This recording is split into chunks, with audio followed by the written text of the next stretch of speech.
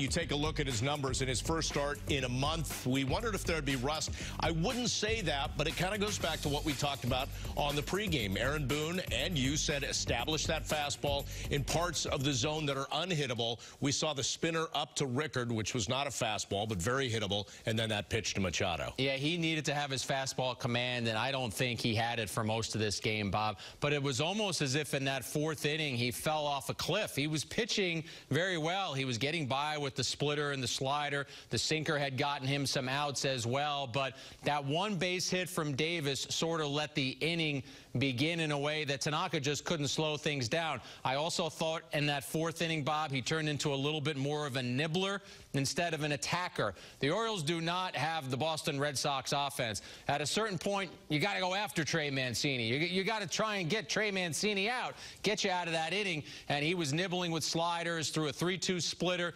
Kenny Singleton made a great point during the game. The splitter is a pitch that is designed to not end up in the strike zone. That's a swing and miss pitch that you're going to get out of the strike zone. So you're basically throwing a pitch that you know is not going to be a strike. You're banking on the guy swinging at it. Mancini held up, and that allowed the inning to continue. I wonder if the Andujar throw and that play unsettled him just a little bit, knowing he'd be out, but now there was more work. Also knowing in the back of his mind that he basically had a pitch count tonight. Yeah, I always think pitchers know that. I know that they'll say you're not thinking about that, you're thinking about the batter. But you're right, Bob. That error by Andujar extended that inning, and even though he didn't allow any more runs, he did have to extend himself to pitch a little bit more. Probably knew that he wasn't going to get the whole fifth inning. So just an uneven performance from Tanaka when it looked like for the first 3 2/3 a very solid performance. John Flaherty was breaking down his pitching and talking about him pitching at both sides of the plate, seemed to be in attack mode. But as I said, I thought he became a little more cautious in that fourth inning,